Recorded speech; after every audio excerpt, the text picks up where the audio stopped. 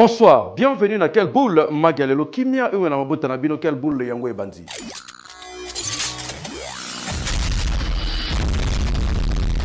Tofongo la quelle boule ya lelo na animation ya bandeko bakufa kibongo na explosion ya bombe na Bukavu kuna na meeting forcé ya Corneille Nanga tokozongela avec force de détail pas si peu mawati lelo nanu ebanité ba coupable ezali bongo banani totikala toujours na est kuna sika puis ba konzi ya DGDA ba décider bongo réimportation ya o ezali ba marchandise nyonso na ba territoire ezali occupé ezali bongo suspendu boye ba ke côté kuna ba kozala asphyxié po et kokoma double d'impôt pour na koleksa biloko fo futa taxe ezali facilité ya ngwana.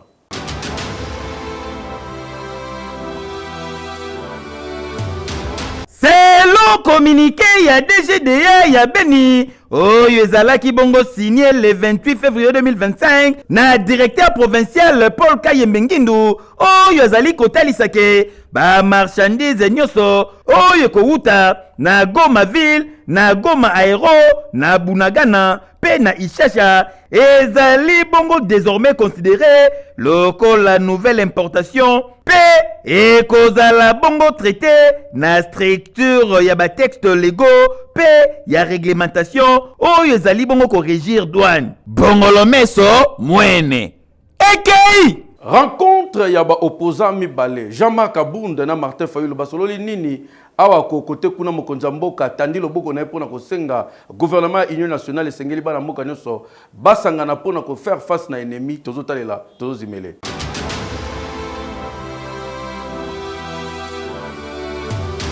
Lundi 3 mars, Oyo Martin Fayulu, le président, est décidé ensemble na quelques cadres ya coalition la muka bango wana basiminzela inde ti na ndaku ya Jean-Marc Kabunda na Kingabwaye wo awa baye kotala Jean-Marc Kabunda quelques jours après avoir kobima na prison. Deux personnalités politiques et opposition Martin Fayulu na Jean-Marc Kabunda awa na lisolo na bango ndi melanga ike situation sécuritaire ya STRDC des ali lisolo oye betamaki awa processus de paix oye ezali mené depuis mois de février et pas évêque ya 5 ans na SSC wana kutu ezanga kite po ezali kaka na cadre ya kimia ndenge bazali ko solola donc awa na kati na sala conférence ezalaki ba membre ya parti politique ya Jean-Marc Kabunda Alliance pour le changement na décidé to coalition la muka oye kumba makepa ya Martin Fayulu na kati awa ba beti ba masolo nyoso na oyetali situation politique de l'ère awa na RDC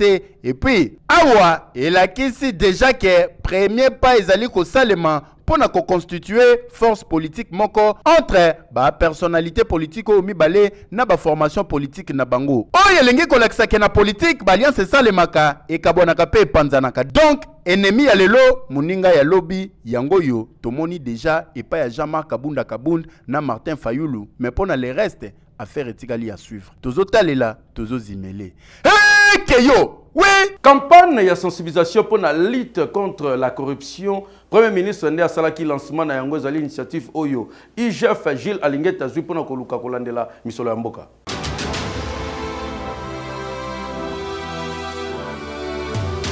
Lancement ya campagne de sensibilisation ya lutte contre la corruption au patriotisme et Salamaki Mokolo ya lundi 3 mars 2025 comme prévu na centre culturel avec impact na idéologie. Na présence ya première ministre chef ya gouvernement Madame Judith Soumino Tuluka pe quelques membres du gouvernement ndenge bomoni bango bavandi boye ministre ya justice Constant Mutamba ministre ya jeunesse pe ba ministre misusu moya circonstance et pesami et pas chef de service ya inspection générale des finances IGF na Mokuse et sikawa piji la lingete kei arondaki ba hommage makasi et pas ya mokonza mboka chef de l'état Félix Antoine Tshisekedi Tshilombo Fachi Beton pona ba effort nyonso asali pona kosilisa corruption pe ba détournement na même occasion atalisaki na ba participants nyonso pe na ba jeune ba désavantage ya corruption oyo ezali mingi kozongisa mboka sima.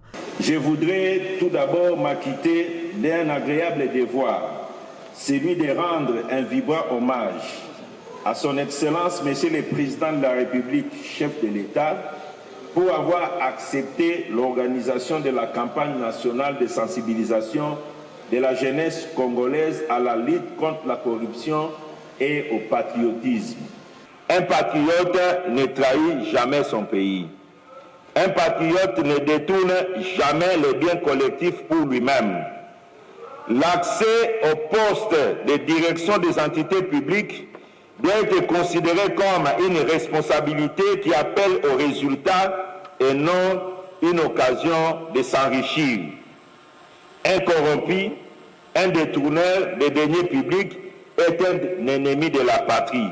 Na simande ministre ya jeunesse pe na tour na ye asengaki na ba jeune ba s'impliquer makasi pona likambo etali lutte contre la corruption.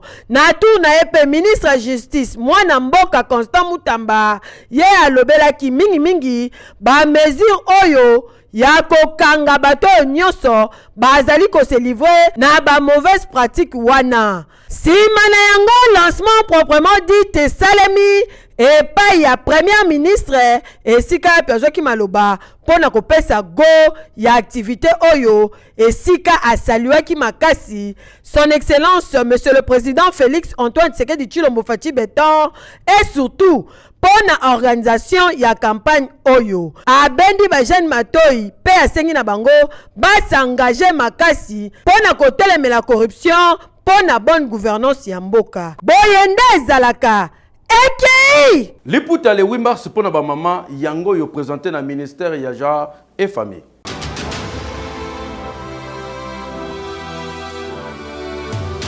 Ministère ya genre famille et enfants est présenté que liputa mwasi congolaise oyo ba maman pe ba femme congolaise en général ba kolata pour na mois de mars oyo en collaboration na bandeko ya objectif groupe denge kaka bomoni liputa ezokota oyo kote kama na prix moko très abordable pe pourcentage kolongwa awa pona kosunga ba FRDC engagé na front pona kobundela mboka na ba famille na bango. Numéro 1 objectif groupe oyo ezali mama na disaraki balabala a expliqué ndenge nini liputa kote kama pe asengaki na ba congolais nyonso ba chef d'entreprise ba député ba sénateur ba homme d'affaires ba somba liputa oyo ezali une manière ya ko soutenir ba FARDC oyo bazobundela mboka yokaye yambalo balobi liputa oto moni na drapeau ya mboka po e permettre batu nyonso ba yeba ko faire passer message na bango bendele na bango likolo ba réclamation na bango terme na biso to la femme au centre de toute la congolaise au centre de toutes les ambitions. C'est-à-dire que sur le plan politique, le plan social, na plan nyonso mwasi azali. Yango to sengi na ba maman nyonso to telema to lo bakarate. Mbala oyo liputa ezaka raté pour na fierté, ezaka raté pour na beauté, kasi ezape lisusu pour na kosunga ndeko.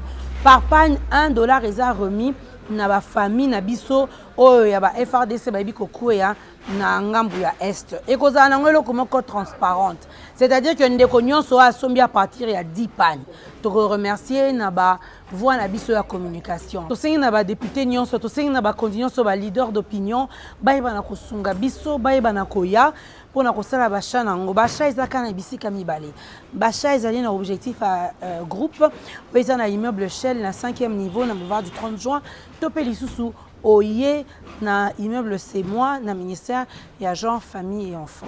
Papa maman kobuka na te le 8 mars kalate liputa officiel oyo mwasi nyonso alingaka mboka na ye pe mwasi oyo alingaka ko représenter culture ya femme congolaise akolata kaka liputa mwasi congolaise oyo ezali pe une manière ya ko soutenir bana mboka ko soutenir ba FRDC pona kozwa liputa mwasi congolaise ba adresse ezali mibale immeuble Shell na croisement ya avenue Wangata na boulevard du 30 juin 5e niveau aux Amobimba topé na ministère ya genre et famille au se retrouver au sombe liputa au lati pona lokumu ya femme congolaise pe au soutenir ba FRDC et anormal keyo oui.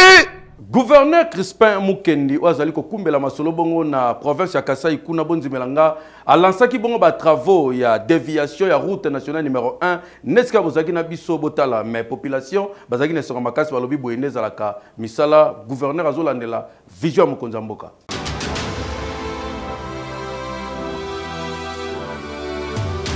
lancement ya batravaux ya déviation ya route nationale numéro 1 na PK 754 kolongwa Kinshasa tibondo de la province ya Kasai esalemaki kitoko na présence ya ba membre ya gouvernement provincial, ba député provinciaux na présence ya équipe ya office des routes pe équipe ya bureau technique de contrôle de lancement oyo esalemi et pas numéro 1 ya province les gouverneurs et Crispin Mukendi Bukasa dimelanga ike ba travaux et ko permettre trafic continue kitoko et surtout misala oyo ezali kosalema de l'autre côté pona kobongisa nzela ya mai awa ndenge bozali komona banje ezali déjà sur place pe misala ezobetama dada na ndenge ya kosakana te. Financement ya ba travaux oyo ezali chiffré na 774 489,1 $, financé la FONER, exécuté na office des routes, ba travaux oyo ezana durée ya 3 mois. Awa ezalaki véritable calvaire pona bana ya Kasai na kokoma kaka ya gouverneur Crispin Mukendi Bukasa nde misale bandiko betama dada ndenge bozali komona. Awa directeur provincial ya office des routes ya Kasai ingénieur Paul Lokika a promettre pe a rassurer que musala ya qualité nde ezali kosalema awa oyo le gouverneur yemoko asi apesi lego. Travaux préparatoires du site, terrassement par les remblais pour réduire la pente qui est de 12% afin de faciliter le trafic des camions à haut tonnage. Travaux de la pose monocouche sur la partie à forte pente pour permettre une bonne adhérence des roues pendant ou après la pluie. C'est l'occasion de dire merci au président de la République qui s'est lui-même impliqué pour que ces travaux commencent. C'est vrai, comme vous avez suivi, c'est d'abord un préfinancement de 28%.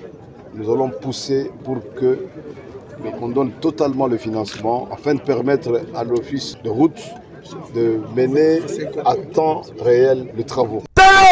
Bako Sayote azali côté parmi ba meilleurs oyo bazosala musala kitoko oyo wapi bana ya Kasai bango moko bandimi pe bapesi merci na chef de l'État son excellence Félix Antoine Tshisekedi Tshilombo pe na gouverneur Crispin Mukendi Bukasa mwenzeji wa bana ba Kasai keyo. Oui. Collectif avocat, il y a ancien ministre François Roubota, baza d'accord te na jugement au outil salema pour un dossier forage.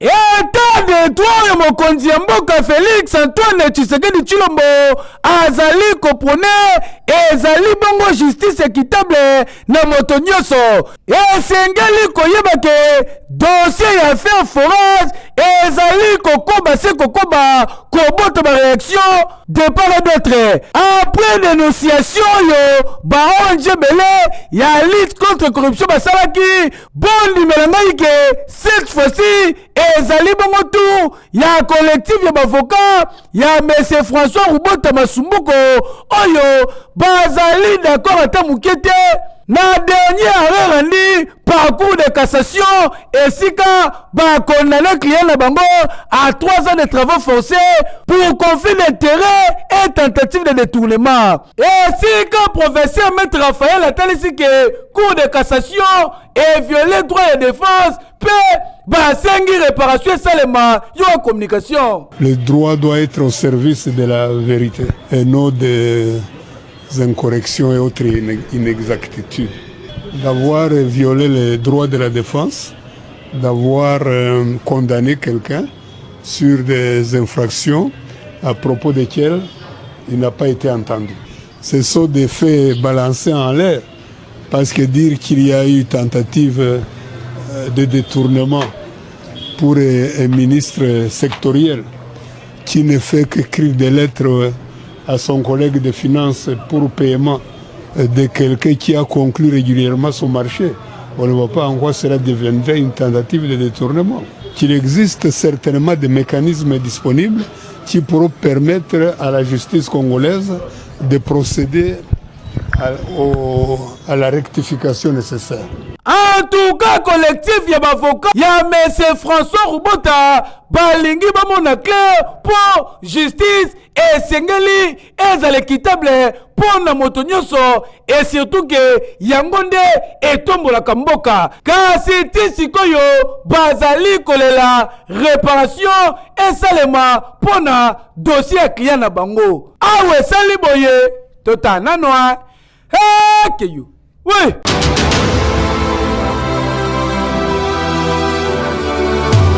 Caisse nationale ya sécurité sociale et bagent public ya l'État SENSAB na mokuse bazali na plaisir ya koinformer na ba partie prenante na bango renouvellement na janvier 2025 ya certificat na bango ISO 9001 version 2015 à l'issue ya audit ya surveillance réalisé na décembre 2024 et sengeli koyeba ezali bongo pour na deuxième maintien après oyo esalemaki bongo na 2023 pour na rappel sengeli koyeba ke certificat ISO décerné na cadre ya système ya management ya qualité traduit na attachement ya caisse envers ba valeur ya bonne gouvernance pe performance. SENSAB oyo ezali bongo première institution publique na kati ya République démocratique du Congo certifié na ISO 9001 et ezali observer rigoureusement ba standard universel admis na matière ya gestion. Ezali ko disposer non seulement ba outils ya gestion ya risque adéquat kasi ezali pe bongo na ba procédure pe mécanisme ya contrôle renforcé. Distinction oyo est arrivé na po nommé na contexte moko ya implémentation ya réforme ya sécurité sociale initiée par mokonzi ya mboka Félix Antoine Tshisekedi Tshilombo pour na ba policiers pe ba militaires ainsi que na prise en charge ya ba risques professionnels. Promesse républicaine oyo ezalaki bongo porté par SENSAB pe soutenu par garantie ya qualité pe ya performance. Na somme face ya nouveau succès oyo SENSAB peut se féliciter ndenge nini bayebaki bongo ko progresser résolument sur la voie tracée par autorité ya tutelle na bango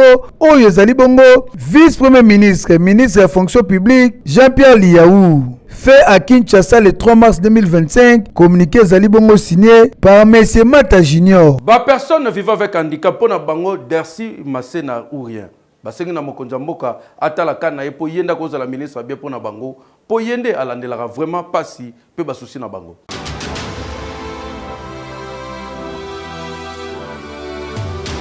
Na cadre ya tourné na ye na baselili nyonso ya personne avec handicap esengeli koyeba ke Dersi Masena oyo azali bongo président national ya mouvement de réveil bandicapé akitaki bongo longo na équipe na ye awa na commune ya Ngaba pona kosolola na base na ye ya côté oyo kasi bondimela ngai ke babandaki nanu na ba contribution de bozali komona sima na yango moto ya sika mombamba ekoti nde bozali komona na kati ya basachet esengo nde esengo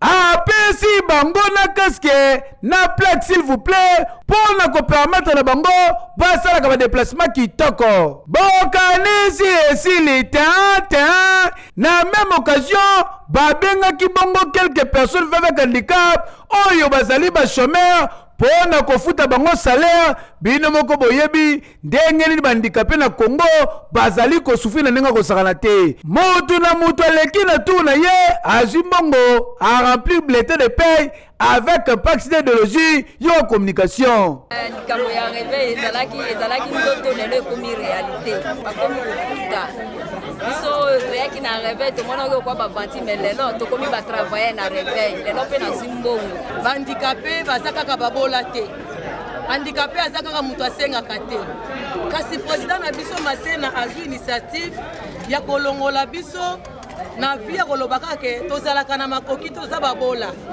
tokoma komi lesa tokoma pe kosunga na biso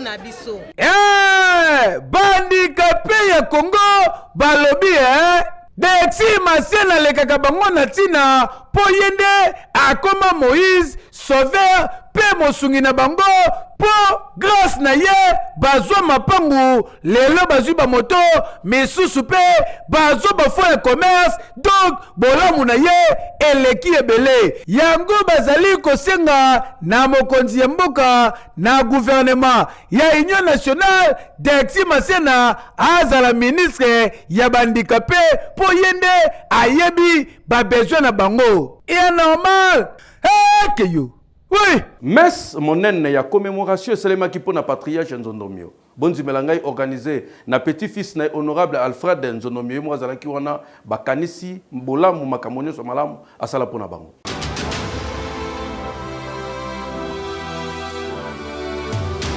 3 mars 1984, 3 mars 2025 et Sali Bongo 41 Mokoka depuis le fait député Alfred Dibandi Nzondomio a Tikaka Bongo Mokiliase. Na yango esengeli koyeba ke messe ya commémoration ya disparition na ye et salemaki bongo wa na cathédrale Notre-Dame na commune Lingwala. Et si kawapi moko ba petit-fils na ye député national Alfred Dibandi Nzondomio aluwaki makasi parcours vital ya grand-père na ye oyo bazalaki bongo kobenga patriarche pe moko ya ba grand dignitaire ya République démocratique du Congo.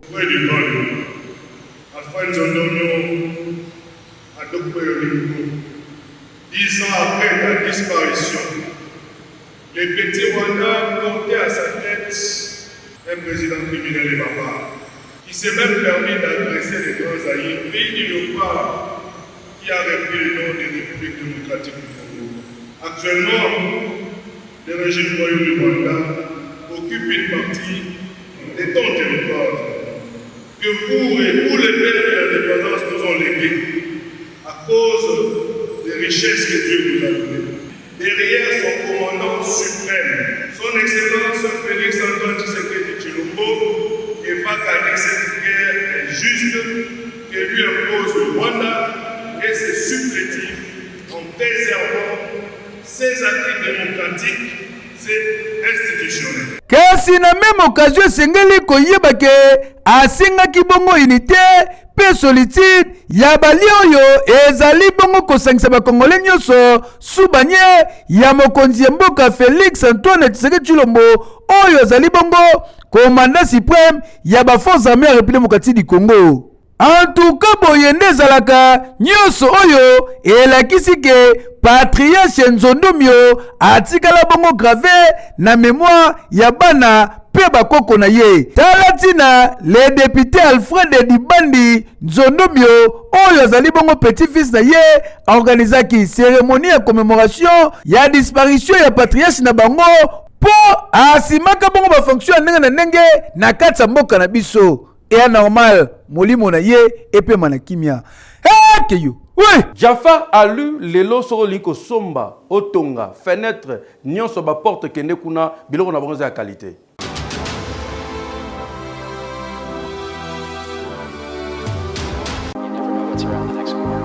Bana Kinshasa et bongo bana ya poto lelo ya kosamba te bondi melanga États-Unis d'Amérique kitia wana Kinshasa wana Jafar alu, c'est-à-dire Jafar en aluminium bazali bongo spécialisé na menuiserie en aluminium jope motozali na posa ya ndako na yeza na kitoko yo wapi lokolo lulaka bandako ya ba-américain to pe ba nigérien yo pozali patron ya entreprise ozali na posa ba bureau na elata balele ya sika ezala bien équipé yaka na Jafar alu ya kosamba te fabrication ya ba porte et bongo ba fenêtre et bongo ba garde-fou na ba bain vitré ya kosamba te ndenge bomonaka ba meuble cuisine, c'est-à-dire ba cuisine moderne lokola États-Unis d'Amérique awana Jafar alu bazali ko beta yango dada ya kosamba te po na mbongo ya mukie bato baluli ndako na yo nyonso bazali kosalela yango mur rideau na cloisonnement bureau nyonso awana Jafar ali mosala ezokende kitoko yo wapi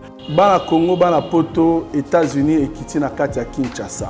Lelo na eko présenter bino Jafar alu. Tozo fabriquer biloko nyonso en aluminium pona banda kuna bino na ba bureau tel que ba porte, ba fenêtre, ba garde-fou, ba mur rideau, ba meuble à cuisine, na cloisonnement ya ba bureau pona ko pesa valeur pe beauté ya banda kuna bino bosalela aluminium ya qualité nalobi bien aluminium ya qualité na Jafar Alu tena kaka ndengo moni dépôt na atelier ezali bien équipé tunanga nini ye opesi kaka mbongo na yo kaka na mbongo wana transport ya matériel eza na kati baye nango ntina kati ya chantier waso okanisi esili tete babandi mpe kopose tala elonga ye ngaye otuninga adresse ezali place kobunga te ezomi na avenue Saint-Christophe numéro 1439 référence OVD toza bongo na commune ya Limete Funa toloba lisusu nini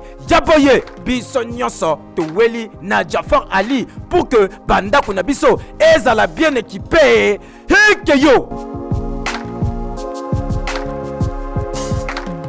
Mama linga suki nous ala kitoko bansapala ezala te salela bongo huile Bodylix pe pomade na kombo ya Vaseline ezelengi wapi Scala nyonso ezali pona koluka kobongisa loposo pe suki nous ala kitoko.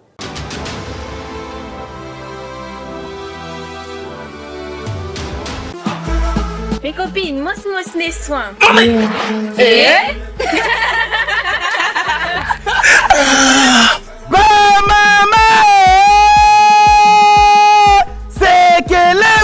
Kokwisa papa mayanga ezali bongo ba produit ya Cristop Papotai lokola Vaseline pomade oyo ezali adapté pona basuki nyonso ezala suki naturel ezala suki ezali défrisé surtout esilisaka bongo solo na mutu soki mutu na yo elumbaka solo binsampala basangisa na bimpuka tika na yebisa yo Vaseline pomade ezali kosilisa yango ebongo Scala oil na ba parfum na yango nyonso po na kongengisa kabelo ata kabelo na yo ekomaki bipika bazali pe na Bodylix po na ba mèche na ba plante synthétique bokanisi esili ten glycéline Bodylix ezali kotia ntoto sembe esilisaka na mabiata na makolo ba produit ya Cristop Papotai okozwa yango na Kinshasa na Shine Kin na Bokassa to pe na Avenue du Commerce to pe okoki kobenga bango na plus 243 99 21 29 117 to pe na 97 055 52 98 oza mobimba ba produit nyonso ya Cristop Papotai kweyisa papa mayanga ekeyo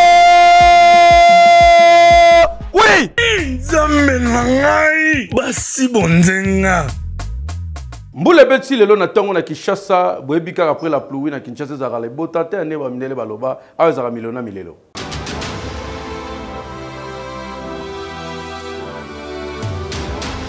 soki beti na Kinshasa jamais kozanga koyoka ke coin moko balelaki uswat bandeko mususu bazanga kobima ba misusu ezalaka pe batie na mukongo to luki ba bot po bima na ndaku na yo exemple yango yo na quartier Ngwaka tozali na commune na Kinshasa entre ba avenue Kwato Rwakading Louvwa ndenge kaka bozomona mai etondi avenue Tenta na ndenge ya kosakana te awata mama po bimo kende kosala wenze il faut zala na ba bot exemple mama oyo donc ba misusu zomona ba porte mapango ezali ya kokanga mabopo mai etondi situation ya mbula oyo ekutanaki lisusu na ba travaux ya réhabilitation ya ba caniveau oyo bazosala koto yo pour permettre que na baka ya boye mai ekulaka kitoko ndenge moko pe awa na croisement ya ba avenue Shaba na Kasavubu juste na mopanzi ya commune Ngiringiri donc nzela oyo ezali ya kobukana mai ndenge koma kotonda awa problème sérieux pour la circulation mais ko kamo ezali ke na batu bazwa ba voix na commune Ngiringiri balekanaka awa enkipa kara na ndenge ya kosakana te nzela tikala kaka nete eza nango oyo na bakaniveau mopanzi boucher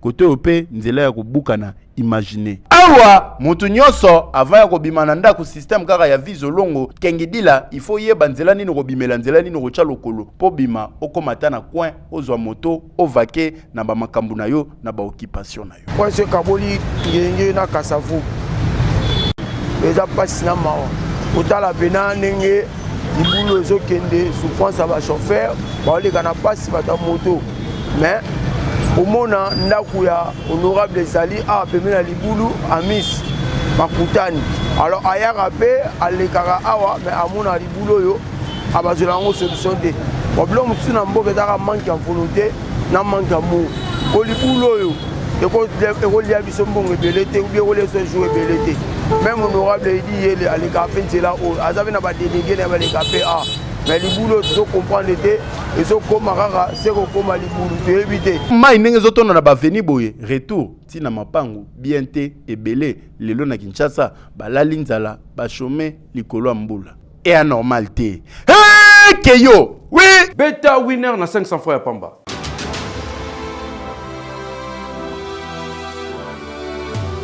Winner.bet présente Winner Loto. Tiniwana Boso Beta. Winner. Bonsoir tout le monde. Vous avez été nombreux à jouer le Win 4 et Win 4 double de ce mardi 4 mars 2025. Voici les numéros gagnants. Le 13, le 6, le 5, mais aussi les 32. Pour ce qui est du 457e tirage, jackpot, super jackpot, il affiche un jackpot de 116 584 000 francs congolais, mais aussi 1 milliard de francs congolais, le super jackpot. Pour les gagner, vous connaissez la condition. Il fallait choisir 5 bons numéros sur vos tickets. À cela, vous ajoutez aussi le numéro de la Super Bowl. L'avez-vous fait? Si nous passons au tirage, et bonne chance à tous. Ce tirage se déroule sous les vigilances d'un huissier de justice, des officiels Winner Loto, mais aussi d'un public témoin. D'entrée de jeu, on accueille le 16. Notre premier bon numéro. Et quel sera le deuxième bon numéro de la soirée? Une question qui mérite sa réponse. Le deuxième bon numéro n'est rien d'autre que le 10. Enchaînons avec le troisième bon numéro. La machine mélange le boule. Elle nous sort les 34. Et le quatrième bon numéro de la soirée, madame, monsieur. Accueillons le 12. En 5e position. On accueille le 4. Plus que le numéro de la Super Bowl. Le 29. Je récapitule sur vos tickets, madame, monsieur. Il fallait trouver le 16, le 10, les 34, le 12, le 4, mais aussi le 29 qui est donc le numéro de la Super Bowl. Avez-vous trouvé cette combinaison depuis chez vous? Si oui, je dis félicitations, sinon avec plaisir. Je vous retrouve prochainement. Prenez bien soin de vous. Au revoir.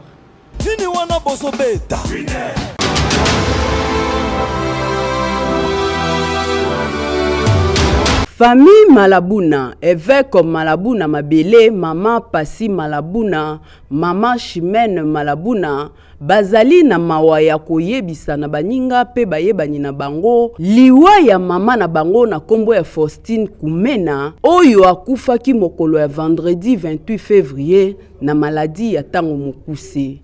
Programme ya matanga ezali boye. Veillée mortuaire et kozala bongo jeudi 6 mars 2025 oyo na salle ya paroisse Sainte Barbe na Kankokolo. Vendredi 7 mars nde kozala bongo levé du corps na morgue hôpital général de référence ex Mama Bobila Dawa na Kankokolo na 9h30. Recueillement ekosala mabongo kaka na salle ya paroisse Sainte Barbe. Enterrement ekozala bongo na cimetière ya Kitambo vers 11h30. Communiqué oyo ekomela mutu nyonso ayebaki mama Faustine Kumena tika molimo ya mama epema na kimia.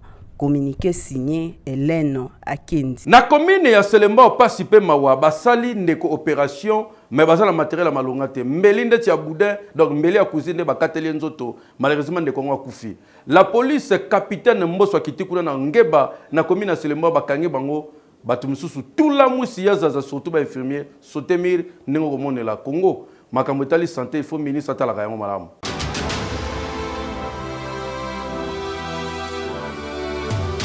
Bidilo yo bozali koyoka famille ezali kolela bongo po bauti kobungisa mwana na bango na kombo ya Moïse landa lisolo. Selon information tozwi Moïse azalaki maladie balobi bayani na hôpital bayini na centre de santé centre de santé yango ezali na commune na Selemba na avenue Ngeba kokoma bakomi bayebisi docteur ke mwana na biso azobela. Docteur atali asimbi Moïse alobika oyo esenga neti fe échographie. Asaleli bango bon bakende échographie, bakendaka échographie te bakei na retour baye na réponse etalisi ke nde kwazalaki bongo na typhoïde ya michopo. Esengaka bongo intervention chirurgicale, batuni docteur, papa docteur, avant ça la intervention chirurgicale esenga combien? Docteur alobi bona $450. Bakei na famille bake lukambongo. Mbongo ekokaka te koki baye nango na mwana Moïse wo. Baye na Moïse bafuti mbongo. Koka mwanzoka nde na centre de santé oyo baza na monganga wazali qualifié te bango nyoso baka ba docteur. Docteur veut dire kombo moka babamba. Misusu wana nyoso ba infirmière bango batanda miao. Ba matisi Moïse na mbeto bazwi mbeli oyo bozali komona mbeli ya cuisine ba tokotoni Moïse libumu bafongoli ba intestin babandi ofongola. Soki pe basalaki malade, soki pe balongolaki maladie te ebikaka bango. Kasi na pokwa nango famille Moïse baya boye bakuti mwana na bango eta kutu batikelaki ye na oyo eta bakutelaki ye. Changement ka changement ngo na ndenga mabe. Babandi kotuna bango ba question botala ndenge bakweisi matama na minito likama esekoyi na munoko epeli bango moto yoka communication oyo. So to keleki sanatorium na ba contenir oxygène. C'est mon na photo que de la photo za na bon. Photo ko kamba na photo na bon. Tous les docteurs ba bengi ta moko atiko se présenter te. Dès que zaki ba infirmier vous avez na compétence na bango te na ndenge komelaki ba ko benga ba docteur na ta moko za te. Ensuite moko ba zalaki intervention ngo za na mwana. Mbala moko la police elongo na capitaine Mboso bakitaka te bakiti babandi kozwa ba infirmière oyo bamati bango na jeep hôpital pe musique fermée les bandes veut dire chikicha cha bakena bango na justice ba makambo na bango. Yaya pe ya Moïse a communiqué boye atuni docteur plus de 3 fois papa abo opéraka docteur abiki ba opéraka fo docteur abiki non point boye na fo totinda bino na radio bakena radio batini mwana radio basali nde docteur ngasa résultat bimi ba yo tala muchopo ya botoboka muchopo ya botoboka docteur yemoko abio aliaki poison ote eza typhoïde mais typhoïde na poison siko boko sala nini nga petaka yana bimena yaki na musana likamba boye interpeller batu penza qui a dit ki beni.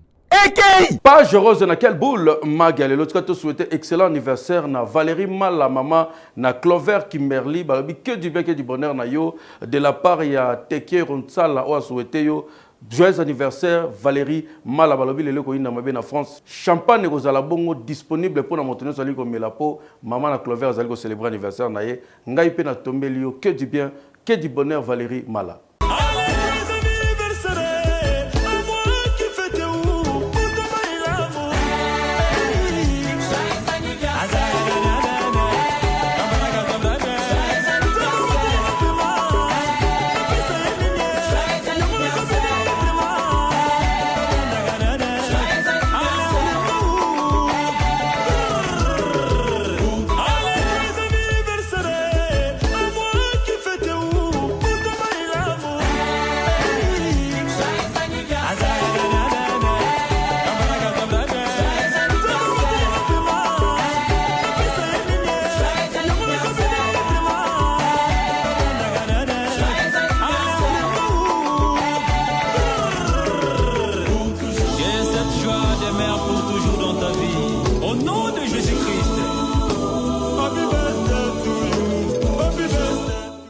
Nengamoko pe vatosil ça te souhaiter joyeux anniversaire na madame Charlie Mavinga oazali bongo yaya ya Evi Mavinga yi pasali ko célébrer anniversaire na ye que du bien que du bonheur na yo balobi yaya ya liboso ba pesa ke nyonso batomela ke malamu que du bien que du bonheur na yo madame Mavinga Charlie joyeux anniversaire ba maman quelle boule ici et que yo oui